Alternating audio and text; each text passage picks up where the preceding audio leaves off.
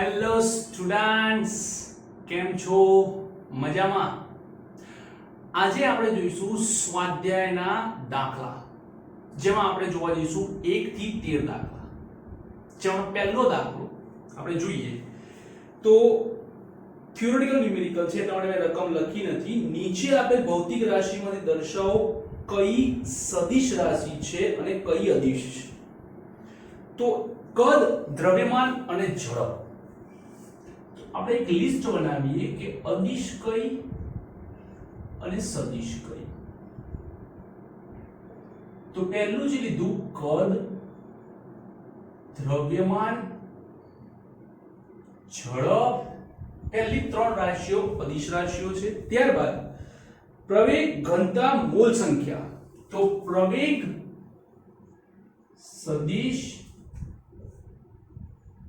ઘનતા, મોલ સંખ્યા એટલે કે અંક દર્શાવે છે તે ક્યારેય દિશા પર આધારિત ના હોય, અદિશ રાશિ છે. વેગ, કોણીય આવૃત્તિ,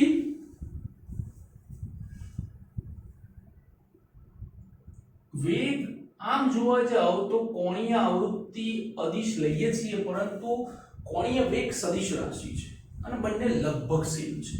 ઓકે, તો એ આપણે થોડું ધ્યાનમાં લઈશું કે ભાઈ કોણીય વેગની આવૃત્તિ સદિશ. સ્થાનાંતર અને કોણીય વેગ. તો સ્થાનાંતર પોતે સદિશ રાશિ છે અને તે જ વસ્તુ જ્યારે કોણીય વેગ સ્વરૂપે આવે છે ત્યારે તે સદિશ બને છે. તો આ છે તમારો પહેલો નિયમ.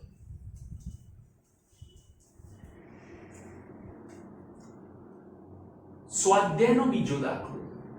આ દાખલો પણ થિયોરેટિકલ છે કે નીચે આપેલ યાદીમાંથી 2 અદિશ રાશિઓ ઓળખી બતાવો.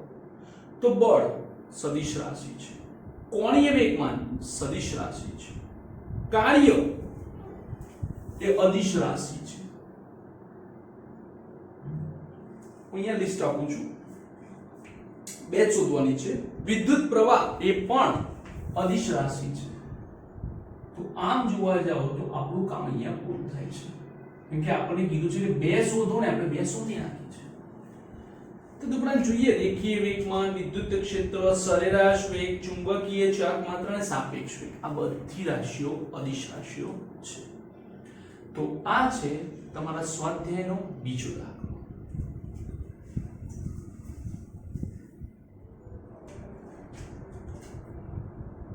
હવે જોઈએ સ્વાધ્યાયનો ત્રીજો દાખલો. આ પણ એક થિયોરેટિકલ ક્વેશ્ચન છે. નીચે આપેલ યાદીમાંથી ફક્ત સદિશ રાશિઓ ઓળખી બતાવો. તાપમાન અદિશ, દબાણ અદિશ, આઘાત એ સદિશ રાશિ છે.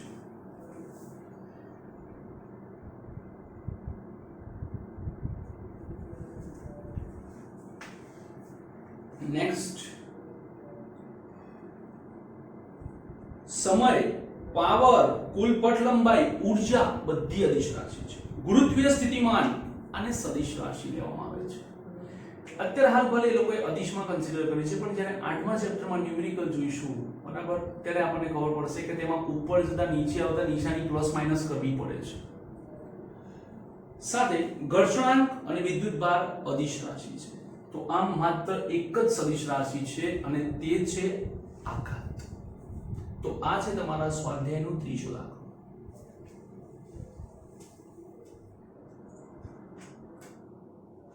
સ્વાધ્યાયનો ચોથો દાખલો શું કહે છે? કારણ સહિત જણાવો કે અદિશ તથા સદિશ રાશિઓ સાથે નીચે દર્શાવેલ કઈ પ્રક્રિયાઓ અર્થપૂર્ણ છે. પહેલું, 2 અદિશોનો સરવાળો થાય ખરો? તો કે ના થાય. તો કે ના થાય. કારણ કે સરવાળા માટે રાશિઓ સમાન હોવી જોઈએ.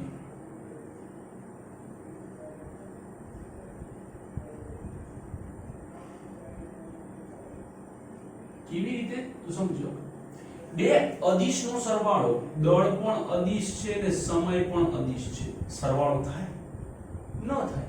એટલે આ શક્ય નથી. નેક્સ્ટ જોઈએ સમાન પરિમાણના એક સદિશ અને એક અદિશનો સરવાળો આ પણ શક્ય નથી, આ પણ ના થાય. કેમ ના થાય?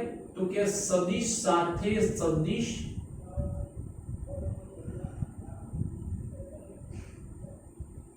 અને અદિશ સાથે અદિશ જ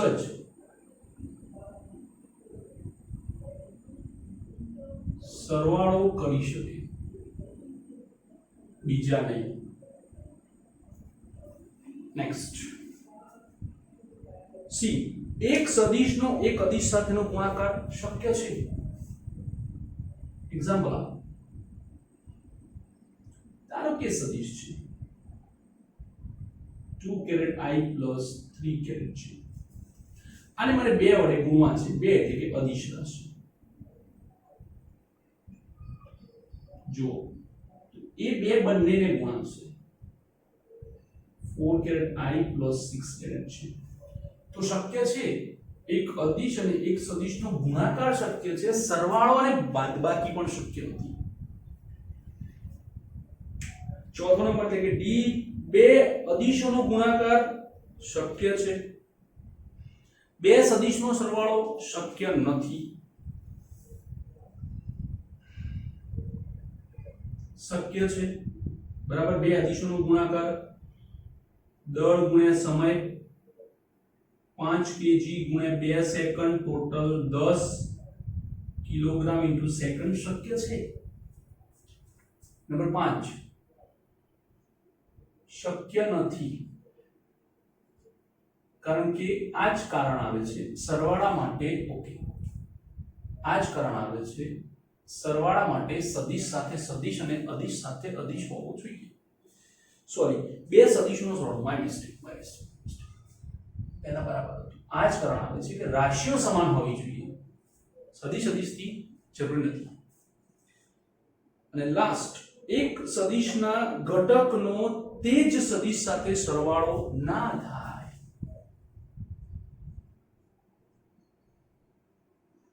કેમ? તો યાદ રાખો કે સદિશનો જે ઘટક છે એ અદિશ છે અને અદિશ વત્તા સદિશ ન થાય. કેમ ન થાય? ઓકે, તો આ છે તમારો ચોથો દાખલો.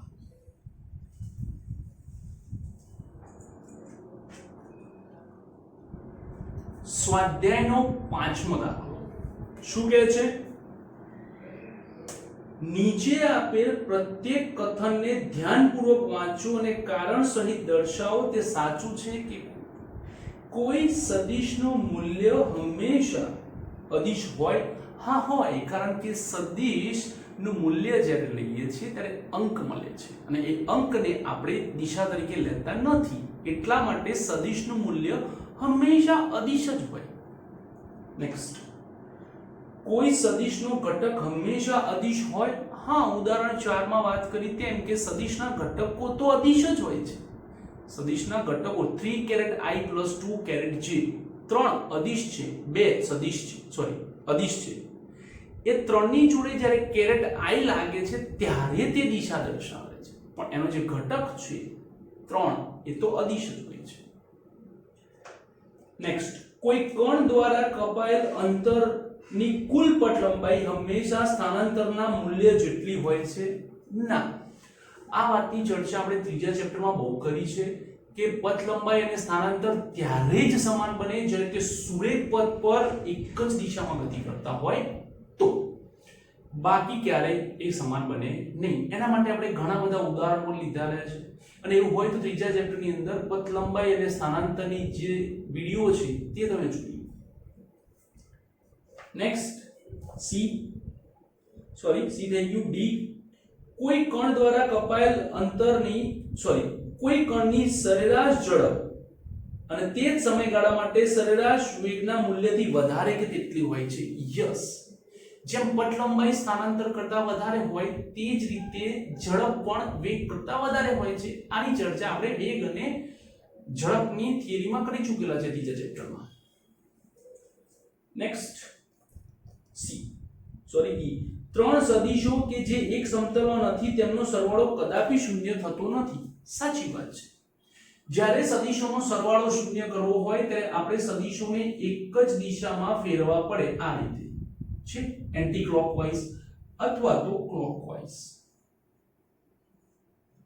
પણ આ ત્રણે ત્રણ એક જ બોર્ડમાં હોય, પછી આમાંથી કોઈ એક ઉઠાડી બીજા બોર્ડમાં નાખવું અને બે આ બોર્ડમાં હોય ત્રીજો બીજા બોર્ડમાં હોય તો એ શક્ય નથી. જેમ કે બે અહીંયા છે, ત્રીજો વાળા હાથમાં સદિશ છે, તો આ બંને સમતલો અલગ અલગ છે, તો એ સમતલો ક્યારેય જોડાવાના નથી અને એ જોડાશે નહીં તો તે ક્યારેય પણ સરવાળો શૂન્ય આપશે નહીં. તો આ છે તમારો સ્વાધ્યાયનો 5મો દાખલો.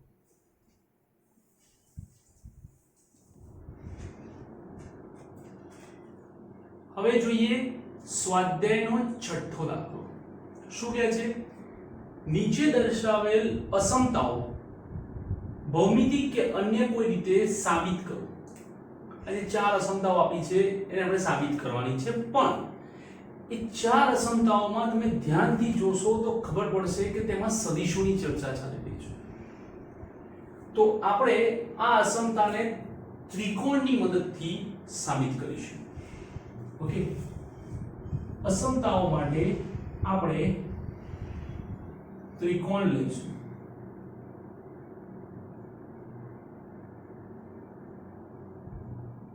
ત્રિકોણની મદદથી સાબિત કરીશું.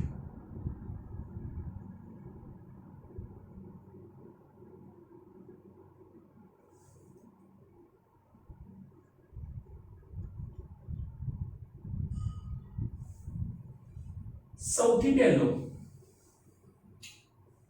કે મારી પાસે એક ત્રિકોણ છે સદિશ A. ઓકે, એક આ ત્રિકોણ છે સદિશ B, અથવા તો એવું કહું કે જો સદિશ B. ઓકે, એકના શીર્ષ એટલે કે B ના શીર્ષ પર A ની પુચ્છ આવી ગઈ, જેથી આપણને અહીંયા તેનો સરવાળો મળે છે, જેને આપણે સદિશ A પ્લસ સદિશ B કહીશું. O P Q. ક્લિયર? હવે આપણને ખબર છે કે ત્રિકોણની કોઈ એક બાજુનું માપ એટલે કે આપણે એમ કહીએ કે PQ બાજુનું માપ એ ત્રિકોણની બે બાજુ OP અને OQ ના સરવાળા બરાબર હોય અથવા તો એનાથી નાનું હોય. એવી ગોઠવણ કરીએ કે આ બેનો સરવાળો આના જેટલો થાય. લંબાઈનો, સદિશની વાત નથી ચાલતી, લંબાઈની વાત ચાલે છે. તો ધારો કે આ બે લઈએ અને એવી રીતે ગોઠવીએ કે આ 3 હોય તો આ ધારો કે 5 થાય, અથવા તો અહીંની કિંમત આ બેના સરવાળા કરતા ઓછી જ થાય, વધારે થાય નહીં. તો PQ શું છે? તો કે સદિશ A પ્લસ B. પણ આપણે અહીંયા મૂલ્યો જોઈશે એટલા માટે આપણે માનાંકનો ઉપયોગ કરીશું. OP શું છે? સદિશ A છે. OQ શું છે? સદિશ B છે. એ બંનેનો માનાંક. તો આ થઈ આપણી પહેલી અસમતા. ઓકે, શું થઈ? પહેલી અસમતા. હવે વાત કરીએ કે બીજી અસમતા. બીજી અસમતામાં પણ પરિસ્થિતિ આ જ હશે. ઓકે, બીજી અસમતામાં શું થશે કે જે PQ નું માપ છે, જે PQ નું માપ છે તે OP અને OQ ની બાદબાકી જેટલું હોય અથવા તેના કરતા ઓછું, તેના જેટલું હોય અથવા તેના કરતા વધારે હોય. કેવી રીતે? ધારો કે આ 5 છે, આ 8 છે, આ બાદબાકી, તો આ 3 હોય અથવા 3 કરતા વધારે જ હોય, 3 કરતા વધારે જ હોય છે, કોઈ દિવસ ઓછું હોય નહીં. સીધી વાત છે. સરવાળા કરતા ઓછું હોય ને બાદબાકી કરતા વધારે હોય, પણ બની શકે કે ઇક્વલ્સ ટુ બંનેમાંથી કોઈ એક જગ્યાએ તે બેલેન્સ કરી શકે છે. સિમ્પલ સમજીએ કે આ બેના સરવાળા કરતા આ નાનું છે અને બેની બાદબાકી કરતા તો મોટું છે. ઓકે, હમણાં જે લીધું હતું એનો આપણે ચર્ચા કરીએ. આ 2, આ 3 અને આ 5. તો આ બેની બાદબાકી કરો 3 - 2, એના કરતા તો 5 મોટા જ છે. તો પણ અહીંયા પ્રોબ્લેમ એ છે કે આ O છે, આ P છે, આ Q છે. ધારો કે OP - OQ લો તો 3 - 2 1 મળે. પણ કોઈ જગ્યાએ એવું હોય કે આ 3 હોય અને આ 2 હોય તો આ શું થાય? 2 - 3 એટલે -1. તો આપણે શું લઈએ? માનાંક લઈએ. શું લઈએ? માનાંક. તો આ થયો માનાંક. PQ A plus B માનાંકમાં A માનાંકમાં B ની બાદબાકી. સિમ્પલ એન્ડ શોર્ટ રીતે જવાનું, એકદમ કોઈ ડિફિકલ્ટ પેટર્ન ઊભી નથી કરી આપણે, એકદમ શોર્ટ એન્ડ સ્વીટ. તો આ બે થઈ ત્રિકોણની રીત. સરવાળા કરતા આ જે મૂલ્ય છે તે સરવાળા કરતા નાનું હોય ને બાદબાકી કરતા મોટું. ઓકે, ચલો હવે આપણે જોઈએ બીજી વાત. આ જ પરિસ્થિતિની વાત ચર્ચા કરીએ ને એમાં જ આગળ જઈએ. ઓકે, ધારો કે મારી પાસે આ સદિશ છે.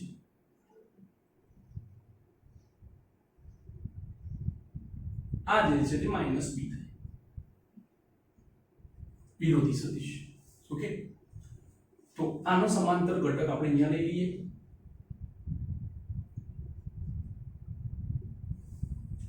તો ધ્યાનથી જુઓ, સદિશ b તેનો વિરોધી -b. આ સદિશ a, સદિશ b નો સમાંતર ઘટક જ છે, સમાંતર સદિશ જ છે -b. આપણે શું પૂરું કર્યું? એકના શીર્ષ પર બીજાની પુચ્છ પૂરી કરી. એકના શીર્ષ પર બીજાની પુચ્છ પૂરી કરી. તો હવે આપણે જોઈએ તો આ થાય. તો અહીંયા આપણી જે સરવાળો આવશે તેમાં શું થશે? માઈનસ આવશે. કેમ માઈનસ આવશે? કારણ કે સદિશોનો સરવાળો લેતા એક સદિશ પ્લસ છે અને બીજો સદિશ માઈનસ છે. તો શું થાય? a - b થાય. હવે આપણે આ બધી ઔપચારિકતા ભૂલી જઈએ, બધી ઔપચારિકતા. તો આપણી પાસે ખાલી આટલી વસ્તુ છે એને ધ્યાનમાં રાખીએ કે સદિશ a સદિશ -b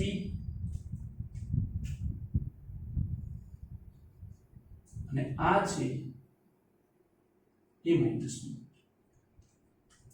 તો આ થાય OP, આ થાય OQ. એ જ પરિસ્થિતિ શું થાય? તો કે આ બેનો જે સરવાળો છે તેના કરતા, ધ્યાનથી સાંભળજો, આ બેનો જે સરવાળો છે તેના કરતા આનું મૂલ્ય નાનું હોય. એટલે કે PQ is less or equal OP plus OQ. Okay, તો PQ શું છે? તો કે a - b છે. It's less or equal સદિશ a - સદિશ b. પણ માનાંકની અંદર કોઈ પણ સદિશ ઋણ ન રહી શકે, તો સદિશ a plus સદિશ b લખી શકાય. ઓકે, થઈ ગઈ સર. એ જ પરિસ્થિતિ d ની. આની આ સિસ્ટમ કે જે PQ છે it's greater or equal OP - OQ. a - b is greater or equal માનાંકમાં a માનાંકમાં -b. માટે સદિશ a - સદિશ b is greater than સદિશ a - સદિશ b. ઓકે, તો આ થઈ ગયો આપણો 6 નંબરનો ન્યુમેરિકલ. કશું જ નથી કરવાનું, બે જ વસ્તુ યાદ રાખવાની છે કે ત્રિકોણની બે બાજુનો સરવાળો ત્રીજી બાજુ કરતા વધારે અને બે બાજુની બાદબાકી ત્રીજી બાજુ કરતા ઓછી. અહીંયા આપણે કર્યું બે બાજુનો સરવાળો એ PQ કરતા વધારે, બાદબાકી ઓછી, સરવાળો વધારે બાદબાકી ઓછી, simple, short and sweet. Okay, લખી લો.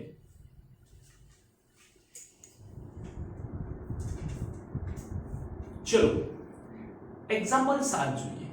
સ્વાધ્યાયનો 7મો દાખલો એવું કહે છે કે સદિશ a b c d બરાબર 0 આપેલ છે. અહીંયા આપણને જે શરત આપી છે એ એક આવી છે કે સદિશ a સદિશ b સદિશ c અને સદિશ d બરાબર 0 થાય. તો નીચે આપેલ વિધાનમાંથી કયું સાચું છે? પહેલું, a b c તથા d દરેક શૂન્ય સદિશ છે. ખોટી વાત, તેમનો સરવાળો શૂન્ય છે. ખોટું. કેમ? સમજો. ધારો કે હું એવું કહું કે ભાઈ ચલો a 2 caret i plus b 2 caret છે, b minus 2 caret i minus 2 caret છે, c 3 caret i plus 3 caret છે, d minus 3 caret i minus 3 caret છે. હવે આનો સરવાળો કરો. 2 minus 2 cancel, 3 minus 3 cancel, 2 minus 2 cancel, 3 minus 3 cancel. તો અહીંયા કોઈ પણ સદિશ એવો નથી કે તેનો કોઈ પણ ઘટક પણ 0 હોય, છતાં બી તેનો સરવાળો શૂન્ય થાય છે. તો એનો મતલબ એ થયો કે સદિશના બધા જ સદિશના ઘટકો શૂન્ય હોય તે જરૂરી નથી. બધા જ સદિશના ઘટકો શૂન્ય બને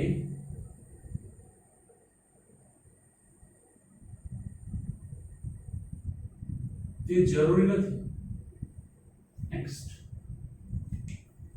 સેકન્ડ, a પ્લસ c નું મૂલ્ય b પ્લસ d ના મૂલ્ય જેટલું છે. ઓકે, a પ્લસ c નું મૂલ્ય, હવે આપણે એક કામ કરીએ કે આપણે આમાંથી a પ્લસ c ને રાખીએ અને b d ને પેલી બદલી છીએ.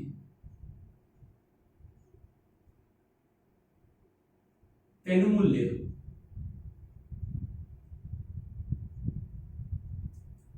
માઇનસ કોમન લઈ લો. માનાંક હોવાથી માઇનસ પણ પ્લસ થઈ જાય.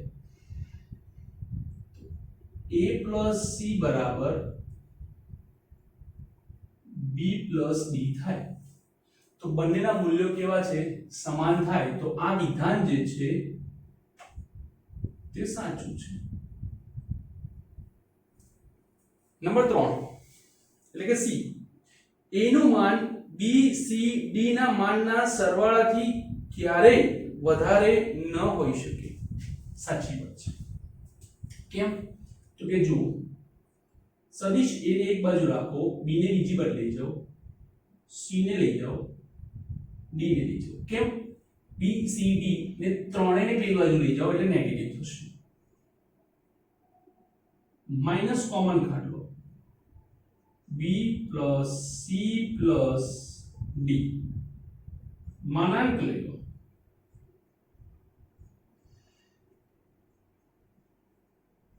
તે હંમેશા એક સમાન હોય, વધારે ક્યારેય ન હોઈ શકે. સદિશ a ગ્રેટર ધેન સદિશ b plus c plus d ન હોઈ શકે. Okay, a plus b plus d ક્યારેય હોઈ શકે નહીં. ચલો આગળ જોઈએ. નંબર 4 એટલે કે ડી. શું કહે છે? જો a અને d એક રેખસ્થ ન હોય, એક રેખા પર નથી, એક રેખામાં નથી, b પ્લસ c a અને d વડે બનતા સમતલમાં હશે. તો b plus c A a અને d વડે બનતા સમતલમાં હશે. Yes, of course, yes. તો આપણે a અને d ને રાખીએ, તો b અને c ને પેલી બાજુ મોકલીએ.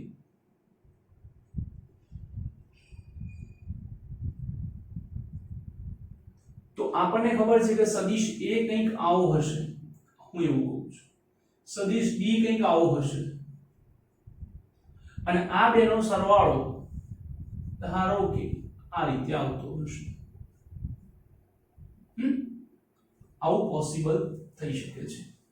સોરી, ફરી એકવાર જુઓ, આ સદિશ A છે, આ સદિશ B છે. એકના શીર્ષ પર બીજાની પુચ્છ ગોઠવાઈ ગઈ તો આપણો સદિશ આમ જાય, સોરી આપણો સદિશ આમ જાય, પુચ્છથી શીર્ષ પણ નેગેટિવ છે તો આપણે શું કરીશું, વિરુદ્ધમાં લઈ જઈશું. A plus B જે થશે ને તેનું મૂલ્ય exactly negative B plus C જેટલું થાય. તમે ધ્યાનથી જુઓ, સદિશ છે ને વિષમઘડી દિશામાં ગોળ ફરે છે. આમ ગયો, ઉપર નીચે સાઈડમાં, ઉપર નીચે સાઈડમાં, ઉપર નીચે, આમ ફરતું જ રહે છે. તો આ જે છે તેને કહેવાય છે સદિશોનો સરવાળો, જેમાં A અને D થી જે સમતલ બને છે એમાં છે B plus C. A અને B થી જે સમતલ બને છે તેની અંદર છે B plus C. માઈનસ ન જુઓ, માઈનસ તો નિશાની છે. સદિશ આ રીતે હોય તો પણ સમતલમાં કહેવાય ને આ રીતે હોય તો પણ સમતલમાં કહેવાય. તો નિશાની કરતા અગત્યનું છે કે આપણી પાસે B plus C છે. ઓકે, અને લાસ્ટમાં એવું કહે છે કે જો A અને D એક રેખસ્થ હોય તો તે A અને D ની રેખામાં હોય. યસ, ઓફ કોર્સ, જો A અને D એક રેખસ્થ હોય તો તે પણ A અને D ની એ જ રેખામાં હોય, પણ આ રીતે આવે. તો ધારો કે આ A, આ D, તો B plus C. ઘણા બધાને એવું થશે કે સર કેમ આવું આવે.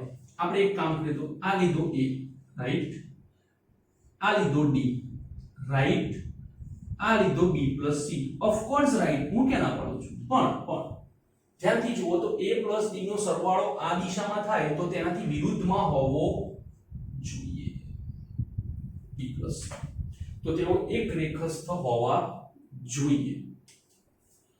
ઓકે, તો આ છે તમારો 7મા નંબરનો ન્યુમેરિક. લખી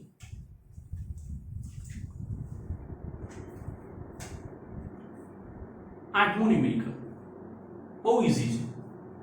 ધ્યાનથી જુઓ કે 3 છોકરીઓ 200 મીટર ત્રિજ્યાવાળી વર્તુળાકાર રિંગમાં બરફની સપાટી પર સ્કેટિંગ કરી રહી છે. Ice skating. તે સપાટીની કિનારી પર બિંદુ P થી સ્કેટિંગ શરૂ કરે છે અને વ્યાસાંત બિંદુ એટલે કે વ્યાસનો એક્ઝેક્ટ એનો સામેનો છે પર જુદા જુદા પથો પર થઈને કોક PAQ જાય, કોક PCQ જાય, કોક PBQ જાય, પહોંચે છે. દરેક છોકરીના સ્થાનાંતરનું માન કેટલું છે? કઈ છોકરી માટે તેનું માન તેની મૂળ સ્કેટિંગની પટલંબાઈ જેટલું હશે? ઓકે, એકદમ ઈઝી. તો સૌથી પહેલું છે કે દરેક છોકરીના સ્થાનાંતરનું માન કેટલું હશે? તો સ્થાનાંતર એટલે શું? તો અહીંયા દરેક છોકરી માટે જે સ્થાનાંતર છે તે સેમ જ છે, PQ. દરેક છોકરી માટે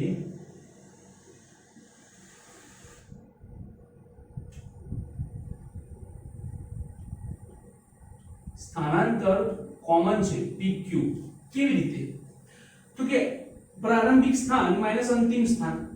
સ્થાનાંતરની અંદર રસ્તો અગત્યનો હોતો નથી, રસ્તો પથ લંબાઈમાં અગત્યનો હોય છે અને તેનું મૂલ્ય છે PQ. એટલે કે 200 મીટર ત્રિજ્યા છે તો ત્રિજ્યાનો ડબલ 2 ગુણ્યા 200 ટોટલ 400 મીટર. ઓકે, કઈ છોકરી માટે તેનું માન તેની મૂળ સ્કેટિંગની પટલંબાઈ જેટલું જ હશે? તો પટલંબાઈ અને સ્થાનાંતર એક સમાન ક્યારે થાય?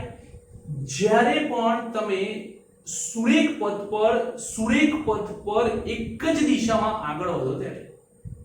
સુરેખ પથ પર એક જ દિશામાં આગળ વધો, સુરેખ પથ પર PAQ સુરેખ નથી, PCQ સુરેખ નથી, PBQ સુરેખ છે. તો આપણે એવું કહી શકાય કે જે છોકરી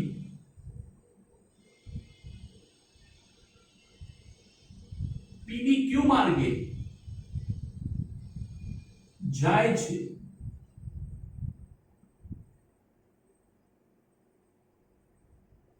તેના માટે પથ લંબાઈ બરાબર સ્થાનાંતર મળે છે, બીજા કોઈના માટે મળતું નથી. ઓકે, હવે આપણે ધ્યાનથી જોઈએ તો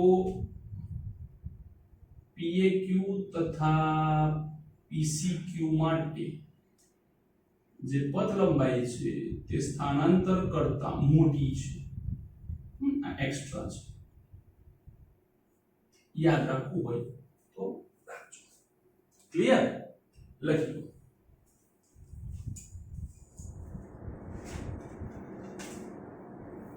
એક્ઝામ્પલ 9 જોઈએ. કોઈ સાયકલ સવાર 1 મીટર ત્રિજ્યાના વર્તુળાકાર બગીચાના કેન્દ્ર O થી ગતિ શરૂ કરે છે.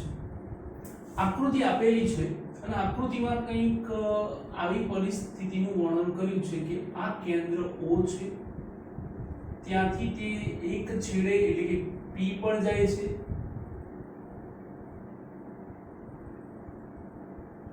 ત્યાંથી તે Q પર જાય છે, જ્યાં તે 90 ડિગ્રીનો કોણ બનાવે છે. ત્યાંથી તે બગીચાના પરિઘ પર એટલે કે અહીંથી સાયકલ ચલાવતા પરિઘ પર સાયકલ Q માર્ગે પહોંચે છે, ત્યાંથી પાછો O પર પરત આવે છે. રકમ બધા સ્ટોરી લખવામાં ઓછી થઈ ગઈ લાગે છે કે પરિઘ પર સાયકલ ચલાવતા Q માર્ગે, હા બરાબર છે, O પર પાછો આવે છે. એટલે કે અહીં સાયકલ ચલાવવાની દિશા કઈ આવી છે, આ રીતે. જો આ ચક્કર માટે 10 મિનિટનો સમય લાગતો હોય, સમય આપેલો છે પણ મિનિટમાં છે, ઓકે, અંતર મીટરમાં છે, તો એક ચોખ્ખું સ્થાનાંતર શોધો. તો સૌથી પહેલો આપણે પ્રશ્નનો જવાબ આપીએ કે O થી શરૂ કરી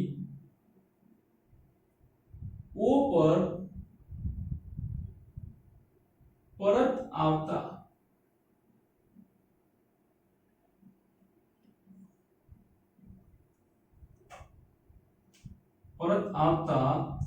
થતું સ્થાનાંતર કેટલું છે કે 0. કેમ? જ્યાંથી શરૂ કરો ને ત્યાં જ પરત આવો તો સ્થાનાંતર 0 કહેવાય. બીજો, સરેરાશ વેગ શોધો. હવે સરેરાશ વેગનું સૂત્ર શું છે? તો કે સ્થાનાંતર ભાગ્યા સમયગાળો.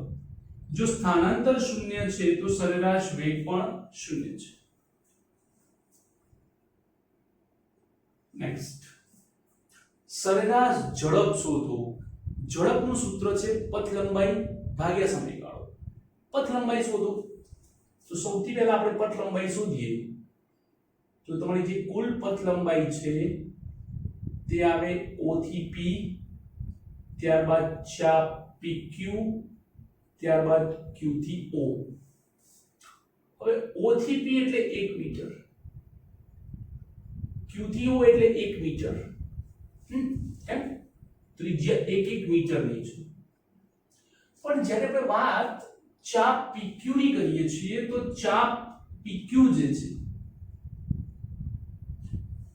તેના માટે ધ્યાનથી જોઈએ તો આખા વર્તુળનો પરિઘ કેટલો? 2πr. એનો આ ચોથો ભાગ છે એટલે ભાગ્યા 4, 2 પાઈ r બરાબર 1 ભાગ્યા 2, તો એ થાય છે π/2. ઓકે, તો 1 ને 1 2 π/2, પાઈ એટલે 3.14 ભાગ્યા 2 1.57, 3.57 મીટર થાય છે. કેટલું થાય છે? 3.57 મીટર થાય છે. ઓકે, હવે જોઈએ કે સરેરાશ ઝડપ.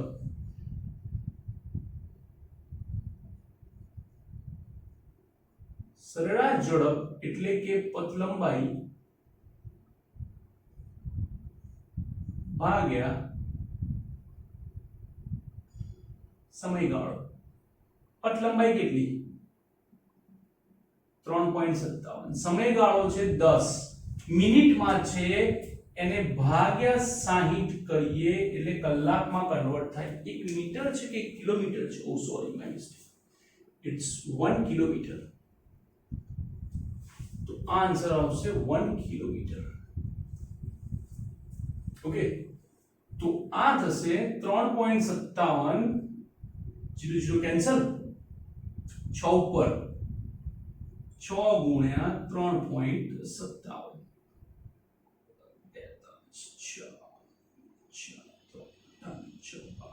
0.42 કિલોમીટર પર આવરની સ્પીડથી આ સાયકલ સવાર ગતિ કરી રહ્યો છે. કેટલો? 21.43 માં 22.42 આવે છે. 1 મિનિટ, 18 ને 3. Okay, sorry, my mistake. 18 ને 3 21.42 કિલોમીટર પર અવરની સ્પીડથી તે ગતિ કરે છે અને તે O થી P થી Q થી O પર પરત આવે છે. સિમ્પલ, ચોખ્ખું સ્થાનાંતર. O થી શરૂ કરીને O પર આવો, ચોખ્ખું સ્થાનાંતર 0. સરેરાશ વેગ સ્થાનાંતર ભાગ્યા સમયગાળો, સ્થાનાંતર 0. ઝડપ પથ લંબાઈ ભાગ્યા સમયગાળો, પથ લંબાઈ એટલે OP 1 ચાપ PQ એટલે કે આખા પરિઘનો ચોથો ભાગ.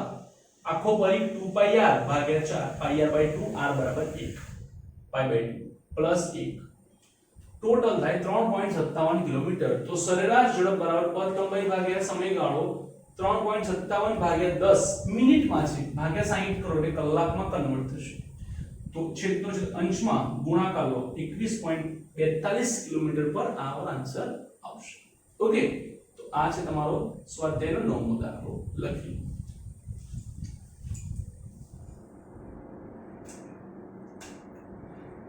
10મો દાખલો. એક ખુલ્લા મેદાનમાં કાર ચાલક એવો રસ્તો પકડે છે કે જે દરેક 500 મીટરના અંતર બાદ તેની ડાબી બાજુ 60 ડિગ્રીનો વળાંક લે છે. આ થાય 500 મીટર.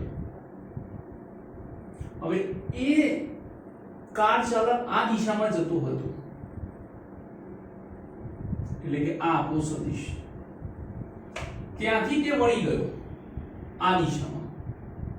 કેટલાના ખૂણે? 60 ડિગ્રીના. તો સદિશ A અને આ જે સદિશ BC છે તેની વચ્ચેનો ખૂણો કેટલો થાય? 60 ડિગ્રી. કેટલો થાય? 60 ડિગ્રી. ઓકે, હવે આગળ જોઈએ. એક વળાંકથી શરૂ કરી કાર ચાલકના ત્રીજા એટલે કે આ પહેલો વળાંક, આ બીજો વળાંક, આ ત્રીજો વળાંક, છઠ્ઠા આ ચોથો, આ પાંચમો, છઠ્ઠો વળાંક અને આઠમા વળાંક, સાતમો, આઠમો. સ્થાનાંતર શોધો. આ દરેક સ્થિતિમાં કાર ચાલકની પથ લંબાઈ અને સ્થાનાંતરની તુલના કરો. સિમ્પલ છે. સ્થાનાંતર શોધો, પથ લંબાઈ શોધો. ઓકે, સૌથી પહેલા આપણે જોઈએ નંબર 1 કે A થી શરૂ કરીએ છીએ. ચલો શરૂ કરી આ પહેલો વળાંક. હવે આ ધીરે ધીરે ક્યાં કઈ દિશામાં જતો હતો? ઉપર તરફ. ત્યાંથી ટર્ન મારી દીધો 60 ડિગ્રી. બીજો વળાંક ત્યાંથી આ દિશામાં જતો હતો, ટર્ન મારી દીધો 60 ડિગ્રી. તો A થી શરૂ કરી D પર આવતા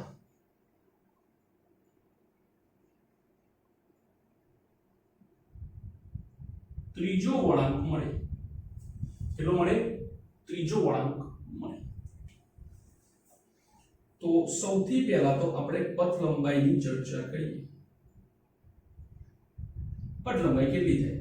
તો કે AB થી બીસી થી સીડી 500 500 500 ત્રણ બાજુ એટલે 3 ગુણ્યા 500 1500 મીટર 1.5 કિલોમીટર. વાત કરીએ સ્થાનાંતરની. હવે આપણે જઈએ છીએ A થી B થી C અને C થી ક્યાં જઈએ છીએ D. તો આપણને બધાને ખબર છે કે આપણો જે સદિશ આવે એ સીધો પહેલા ને છેલ્લાને છેદે જે તેના કેન્દ્રમાંથી પસાર થાય. કેથી પસાર થાય? કેન્દ્રમાંથી. તો આ આખી બાજુનું માપ તમારે શોધવાનું છે. ક્લિયર? તમારે જોઈએ છીએ કે સ્થાનાંતર થયું સીધું AD અને AD સ્થાનાંતર થાય છે 500 ગુણ્યા 2 1000 મીટર. કેવી રીતે સમજાવું છું? 1 કિલોમીટર. આ કેન્દ્ર છે. ઓકે, શાંતિથી સમજજો અને ધ્યાનથી જોજો. આ કેન્દ્ર છે, આ એક, આ બીજું. હવે આપણે અહીંયા નક્કી કર્યું કે આ 60 ડિગ્રી છે, તો આ આખો કેટલો થાય? 120. અને કેન્દ્રમાંથી કોઈ પટ્ટો આવે તો આ કેટલાનો બનાવે? 60. એવી જ રીતે આ કેટલાનો બને? 60. તો આ બે 60 હોય તો ત્રિકોણના ત્રણ ખૂણાનો સરવાળો 180 થાય, તો આ પણ 60 થાય. તો 60 60 60 180 થાય. ઓકે, તો આ 500 આ 500 તો આ પણ કેટલા આવે? 500 આવે. એટલે કે ત્રિકોણની ત્રણેય ખૂણા સરખા હોય તો ત્રણેય બાજુઓ પણ કેવી થાય? એક સમાન થાય. એટલે આ જે માપ છે OA એ 500 થાય, OD પણ 500 થાય, એટલે આમ ડબલ 1000 1 કિલોમીટર. ચલો, હવે આવે છે છઠ્ઠો વળાંક. છઠ્ઠો વળાંક એ પર જ આવે છે, એટલે કે જ્યાંથી શરૂ કરો છો ત્યાં છઠ્ઠો મળે છે છઠ્ઠો. તો એના માટે આપણે પથ લંબાઈ જોઈએ તો કેટલા વળાંક લીધા? તો કે 3 વળાંક લીધા, તો 3 વાર 500 લખ્યા.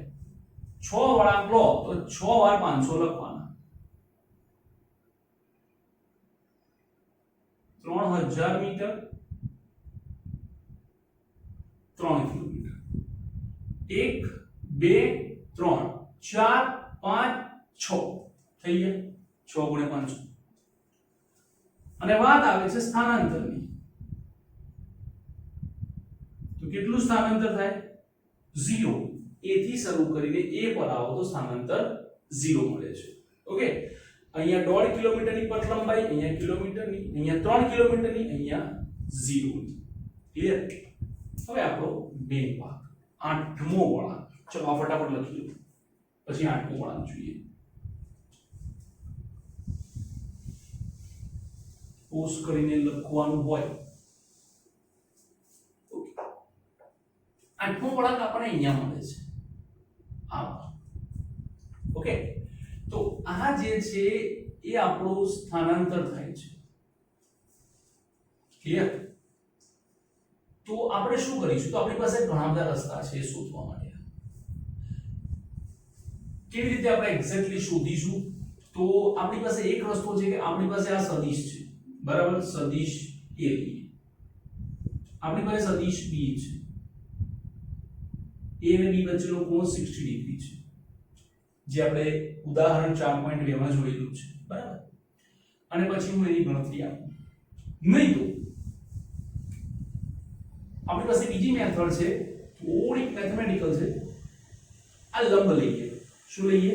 લંબ. જેથી કરીને આ 90 થાય P. તો એવું લખીએ કે સોરી,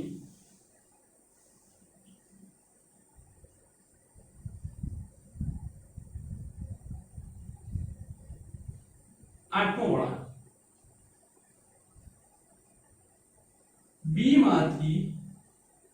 P પર અથવા તો B માંથી AC પર લંબ દોરતા AC ના બે સરખા ભાગ કરે અને આપણને ત્રિકોણ A B P મળે. હવે આ લંબ લો એટલે અહીંયા જે કોણ હોય એના બે ટુકડા થાય તો આ થાય 60 ડિગ્રી. ક્લિયર? તો આપણે sin θ વાપરીએ કારણ કે આપણે જોઈએ છે શું AP. તો કે sin θ બરાબર સામેની બાજુ θ ની લખું 60 લખું છું. સામેની બાજુ AP ભાગ્યા કર્ણ કાટકોણની સામે વાળો કર્ણ AB. તો sin 60 એટલે √3/2. AP મારે શોધવાના. AB બરાબર 500. AP બરાબર 500 ગુણ્યા √3/2. તો આ થાય આપણો AB. તો આપણું જે કુલ સ્થાનાંતર છે તે સ્થાનાંતર AC એ ડબલ ધેન AB. ડબલ 500 ગુણ્યા √3/2. 500 દુ 1000 √3/2 .866 866 મીટરનું સ્થાનાંતર થાય છે. અને પથ લંબાઈ તો તમને ખબર જ છે કેટલા વળાંક આયા 8 વળાંક. 8 વળાંક એક વળાંક માટે 500 મીટર 4000 મીટર 4 કિલોમીટર થાય છે. તો આ છે તમારો સ્વાધ્યાયનો 10મો દાખલો. ઓકે, લખીએ.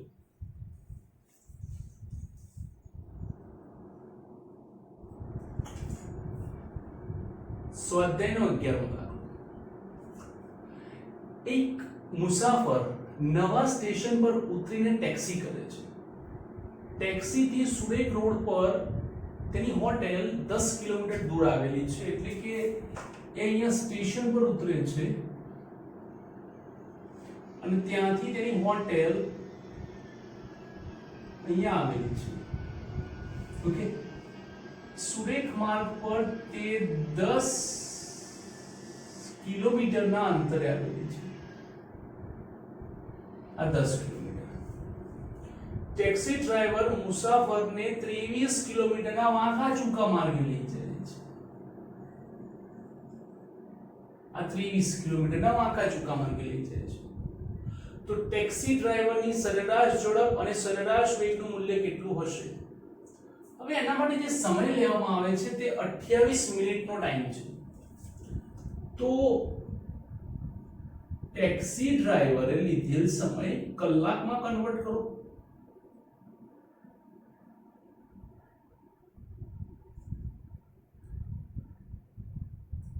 T બરાબર 28 ભાગ્યા 60 કલાક. ઓકે, તો નંબર 1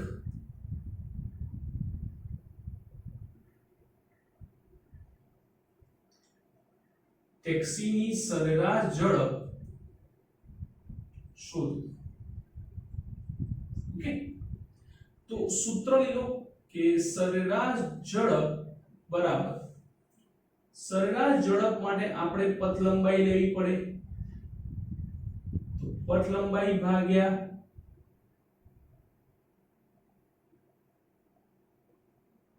સમયગાળો. તો પથ લંબાઈ એટલે કે જે રસ્તા પર તે ગયો છે તે રસ્તો આ. અંતરે છે 23 કિલોમીટર અને સમય લાગે છે 28 ભાગ્યા 60. 60 ઉપર ભાગ્યા 28 40-42 સમથિંગ આવે છે. આન્સર મારી પાસે છે અને તે છે 49. યસ, 49.3 કિલોમીટર પર આવર.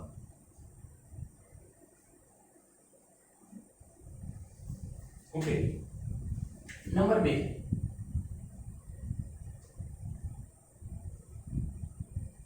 સરેરાશ વેગ શોધવો છે તો તેના માટે આપણે જોઈશે સ્થાનાંતર ભાગ્યા સમયગાળો. સ્થાનાંતર થાય છે 10 કિલોમીટર, સમયગાળો 28 ભાગ્યા 60, 600 ભાગ્યા 28, 21 કે 22 પોઈન્ટ સમથિંગ આવે છે, 21.43 કિલોમીટર પર આવે. એકદમ ઈઝી ત્રીજા ચેપ્ટર જેવો ન્યુમેરિકલ છે કે સરેરાશ ઝડપ અને સરેરાશ વેગના મૂલ્યો જે બંને સમાન નથી, ના, બંનેના મૂલ્યો સમાન નથી. ઓકે, તો આ છે તમારો સ્વાધ્યાયનો 11મો દાખલો. લખી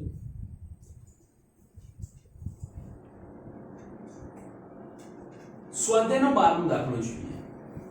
12મો દાખલો જોતા પહેલા તમને એક વસ્તુ સમજાવું છું કે આખી પરિસ્થિતિ ત્રિપરિમાણીય પરિસ્થિતિ છે જેને આપણે દ્વિપરિમાણીય પરિસ્થિતિમાં ફેરવવાની છે. શું કહે છે કે શિરોલંબ દિશામાં 30 મીટર પર સેકન્ડની ઝડપથી વરસાદ પડી રહ્યો છે.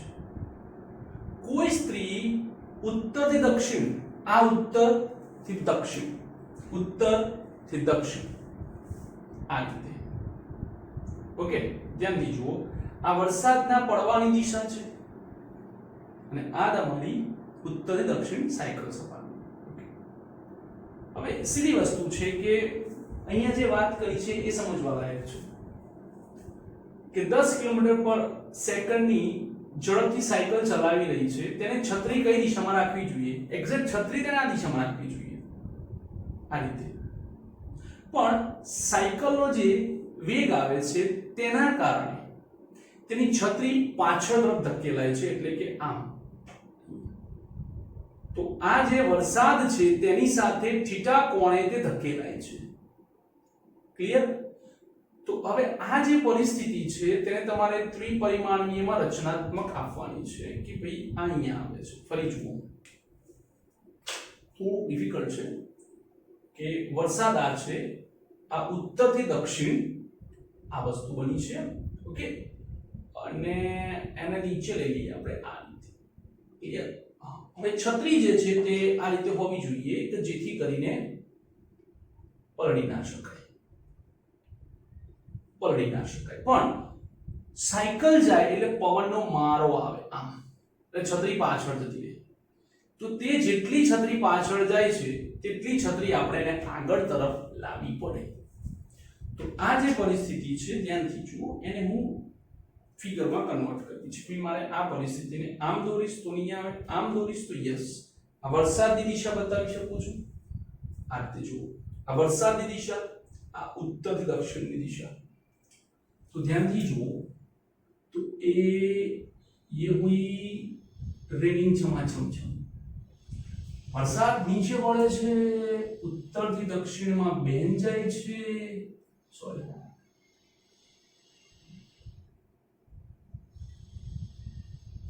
જેના કારણે તમારી જે છત્રી છે તે પાછળ તરફ બેન્ડ થઈ જાય છે. ઓકે, અને એ જે છત્રી બેન્ડ થાય છે તે તમારે જોવાની છે.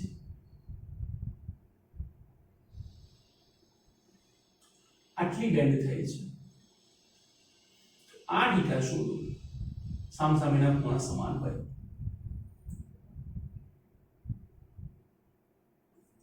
ક્લિયર? હવે આપણે થોડું વ્યવસ્થિત અને ડ્રો કરીએ, બરાબર?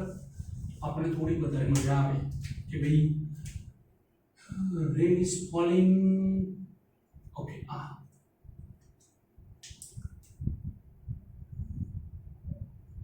S થી N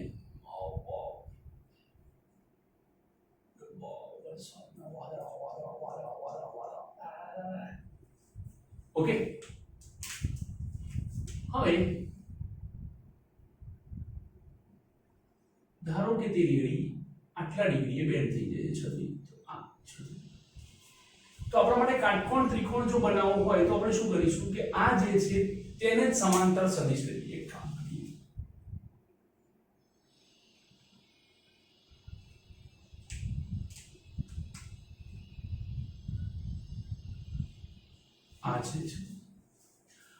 આ જે છે તે લેડીઝ વુમનની ઝડપ છે. આ જે છે તે વરસાદ એટલે કે રેનની ઝડપ છે. આ પણ વુમન માટે છે કારણ કે તેને સમાંતર લીધેલ છે. તો લખાય કે સાયકલ દક્ષિણમાં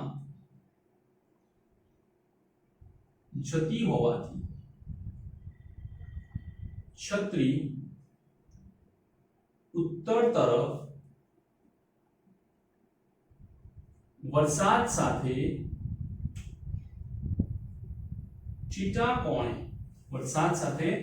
ચીટા કોણે નમન લે છે. જેટલું નમન લે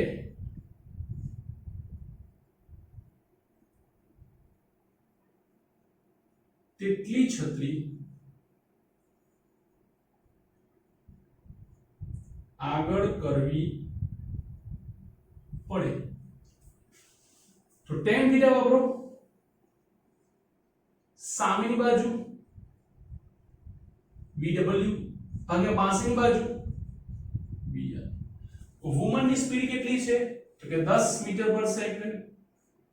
વરસાદની કેટલી છે તો કે 30 મીટર પર સેકન્ડ 1/3.33. તો થીટા અરાઉન્ડ 18 ડિગ્રી જેવું સમથિંગ આવે છે. ગણેલું છે 18 ડિગ્રી 26 મિનિટ.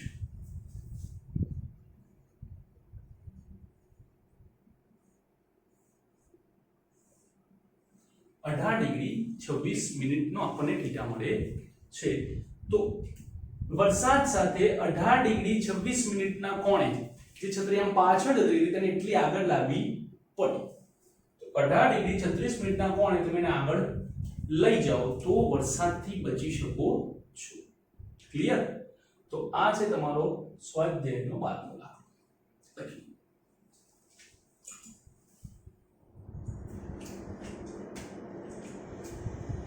13મો નિવેદન. એક વ્યક્તિ સ્થિર પાણીમાં 4 કિલોમીટર પર અવરની ઝડપથી તરી શકે છે. સ્થિર પાણીમાં નદીનું પાણી 3 કિલોમીટર પર અવરની ઝડપથી વહી રહ્યું છે અને આ વ્યક્તિ વહેણને લંબરૂપે તરવાનો પ્રયત્ન કરે છે. તો જ્યારે તે નદીના બીજા કિનારે પહોંચે ત્યારે તે નદીના વહેણ તરફ કેટલે દૂર પહોંચ્યો હશે? એટલે કે ધારો કે આ નદી છે. ઓકે, જો નદીનું પાણી શાંત છે તે વ્યક્તિ અહીંથી તરવાની શરૂઆત કરશે અને અહીંયા પહોંચી જશે જ્યાં તેની ઝડપ 4 કિલોમીટર પર આવરની મળશે. બી માણસ, પુરુષ, બી મેન. વ્યક્તિ છે, જો મેન, વુમન નહીં, પર્સન. બસ. હવે નદીનું પાણી 3 કિલોમીટર પર અવરની ઝડપથી વહી રહ્યું છે. આ 3 કિલોમીટર પર અવરની ઝડપથી વહી રહ્યું છે. તો આપણને ખબર પડી ગઈ કે ભાઈ એકના શીર્ષ પર બીજાની પુચ્છ આવી. વ્યક્તિ આ દિશામાં, વેણ આ દિશામાં. તો એ વેણ શું કરશે? વ્યક્તિને થોડો આગળ લઈ જશે, જેના કારણે તે વ્યક્તિ આ રીતે, ઓકે, અને તે અહીંયા પહોંચશે x અંતરે. સૌથી પહેલા આ ખૂણો શોધી લો ને એટલે બધું કામ પૂરું થઈ જાય. બધું કામ પૂરું થઈ જાય. આ જે છે તે નદીની પહોળાઈ છે અને તે છે 1 કિલોમીટર.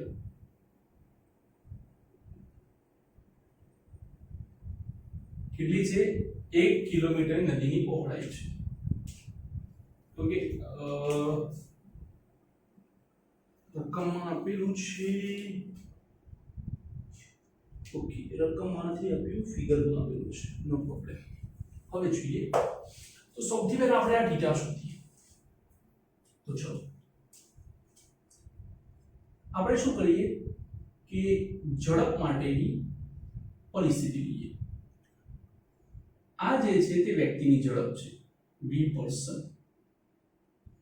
આ જે છે તે નદીનો વેગ છે v રિવર અથવા તો v વોટર, ને આ જે છે તે તેનો પરિણામી વેગ છે કારણ કે p ના સદિશ પર r ની પૂછ છે ને આ આપણો છે થીટા કોણ. ક્લિયર? તો આપણને ખબર છે કે o p q ત્રિકોણ o p q માં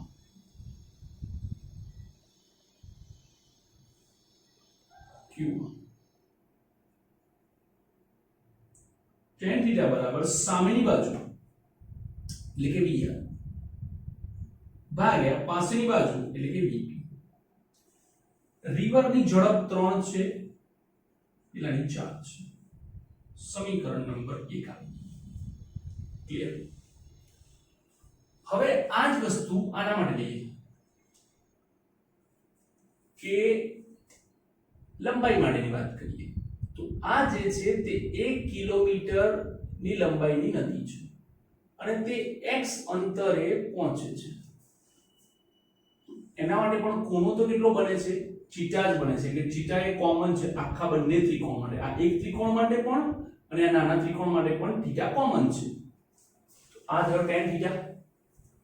તો O R S ત્રિકોણ ORS માં tan થીટા બરાબર સામેની બાજુ RS ભાગ્યા પાછળની બાજુ OR. RS તરીકે x, OR તરીકે 1. સમીકરણ 3 પરથી